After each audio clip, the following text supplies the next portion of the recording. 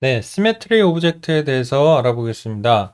시메트리라고 하는 이 오브젝트의 특징은 대칭 구조를 가지고 있는 모델링을 만들려고 할 때에 그 양쪽을 다 작업하는 게 아니라 그 절반, 어느 한쪽, 왼쪽, 오른쪽 뭐 상관없이 어느 한쪽, 절반 부분만 작업을 하면 이 시메트리 오브젝트를 통해서 나머지 부분이 반전돼서 채워지는 그런 기능을 하는 오브젝트고요.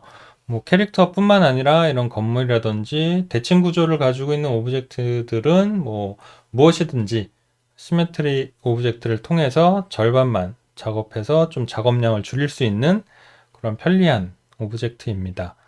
네, 레퍼런스를 좀 살펴볼까요? 시메트리로 가서 레퍼런스 링크 클릭하시면 이렇게 레퍼런스 이미지들을 볼 수가 있고요.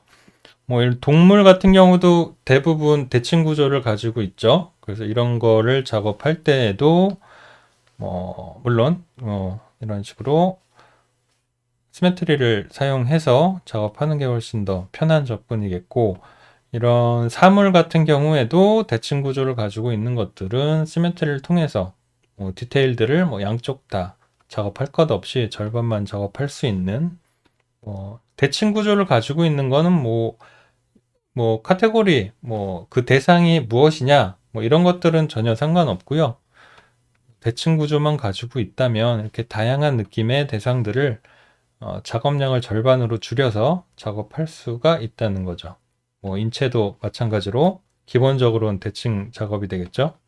네, 이런 것처럼 최종 결과물이 비대칭인 경우에도 이렇게 뒷폼이 되기 전 정직하게 딱 모양이 되어 있는 상태까지는 저희가 시메트리 오브젝트를 통해서 작업을 하고, 이렇게 나중에 모양을 변형시켜주는 디포머라고 하는 오브젝트의 도움을 받아서 이런 식으로 큰 동새를 만드는 그런 작업 과정도 여러분들이 생각할 수가 있는데, 최종적으로 이렇게 비대칭이라고 해서 시메트리를 고려하지 않는다라고 하기보다는 그 중간 과정까지의 효율이 높아진다면 그런 부분에서는 시메트리 오브젝트를 적극적으로 활용하면 훨씬 더 시간적으로 많은 이득이 있다고 생각을 합니다. C4D 예제 파일을 통해서 한번 설명을 좀 보충해 보도록 하겠습니다. 예, 마찬가지로 레이어 매니저에서 시메트리 세트만 지금 솔로 버튼이 켜져 있고요. 네, 여기에서 구조는 시메트리 오브젝트 하부에 이렇게 차일드된 이런 덩어리들이 시메트리 오브젝트를 통해서 이제 반대쪽 덩어리가 자동으로 이렇게 생겨서 하나의 오브젝트처럼 우리가 작업을 할 수가 있고요. 드래그 앤 드롭으로 차일드 하는 방법에 대해서 우리가 다뤄봤으니까 시메트리 오브젝트를 자체 쓰는 방법은 아주 심플합니다. 그냥 시메트리의 하부에 차일드 시켜준다. 그것뿐이고요. 단일 오브젝트 뿐만 아니라 지금 보는 것처럼 그룹핑된 하이라키가 있는 여러 가지 오브젝트들로 구성된 그룹들도 다 적용이 되기 때문에 여러분들이 사용하는데 전혀 어려움이 없을 거라고 생각이 듭니다. 단지 이제 좀 주의해야 할 점은, 저희가 초반에 이제 축의 개념에 대해서 좀 많이 다뤘었죠. 그래서 축의 위치가 좀 중요해요. 그래서 시메트리 오브젝트가 가지고 있는 축과 이제 여러분들이 반전시키고 싶은 오브젝트의 축이 위치가 좀 알맞게 일치해 있어야 완전하게 이렇게 반전된 오브젝트의 모습을 볼 수가 있습니다. 컨트롤 뉴 해서 새 창을 좀 열어봤고요. 시메트리 오브젝트를 꺼내게 되면 얘 자체만으로는 아무것도 이제 생겨나지가 않죠. 제너레이터, 모델링 오브젝트, 얘네들의 공통점은 재료를 필요로 하는 아이이기 때문에 자기 스스로는 아무런 덩어리가 지금 생기지 않고 있습니다. 여기에서 굴을 하나 꺼내 볼게요. 굴을 하나 꺼내서 에디터블을 눌러서 일단은 폴리곤, 점선면 편집을 할 수 있는 폴리곤 덩어리로 만듭니다. 그리고 나서 이렇게 면 모드로 가서 탑뷰에서 절반 정도를 지워 볼게요. 여기서 선택을 하셔서 절반 부분을 선택, 그리고 딜리트 지워주시면 이런 식으로 절반만 구가 이렇게 남아서 잘린 모습을 볼 수가 있는데, 이 상태에서 시메트리로 이렇게 넣어주시게 되면 네, 완전한 구의 형태로 다시 재현이 되죠.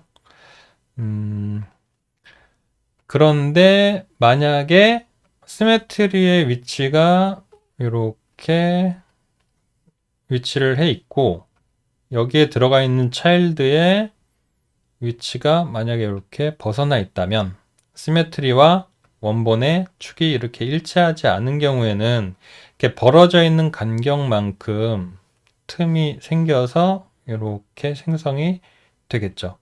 그래서 시메트리 오브젝트에서 좀 가장 중요하게 여러분들이 체크해야 될 부분은 이런 축을 일치시켜 주어야 온전하게 붙어 있는 모습의 모델링을 볼 수가 있겠다 라는 얘기입니다.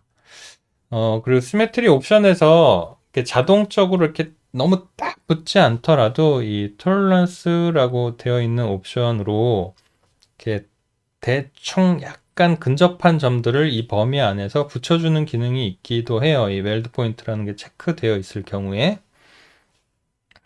그런데 그렇더라도 가급적이면 여러분들이 축을 정확하게 일치시켜 주는 걸 좀 추천을 합니다. 이런 옵션들이 뭐 늘 잘 적용되는 것들은 또 아니기 때문에, 그리고 일일이 좀 또 문제가 있을 경우에는 옵션을 또 건드려줘야 하는 좀 번거로움이 있으니까, 좀 이런 축을 그럼 어떻게 하면 잘 일치시킬 수 있을까요? 라고 물어보신다면, 저희가 스냅 영상에서 다뤘던 그런 스냅 기능으로 만약에 시메트리의 위치부터 기준을 잡아주는 거죠. 뭐든지 간에 새로운 오브젝트를 이렇게 모델링을 할 때에는 기본 원점에서부터 출발하는 게 가장 좋거든요. 그래서 시메트리를 위치를 체크를 해보시고, 포인트가 000이 맞는지, 로테이션 값의 회전이 000이 맞는지 일단 시메트리로 기본적인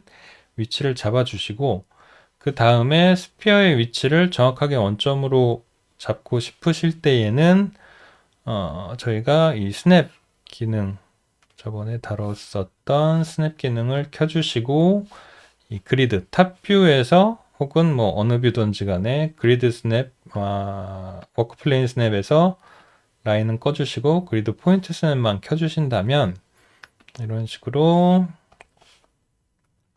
원점 근처에서 이렇게 왔다 갔다 하다 보면 원점에 딱 정확하게 걸리게 되겠죠. 그래서 뭐 우리가 원하는 기준점에 축들을 이렇게 정확하게 스냅으로 일치시킨 후에 차일드를 시키면 오차 없이 어떤 벌어진 틈을 그런 오류들을 줄여줄 수가 있겠습니다. 약간이라도 이 위치가 좀 어긋난다면 이런 식으로 분리된 구조로 생성이 되겠죠.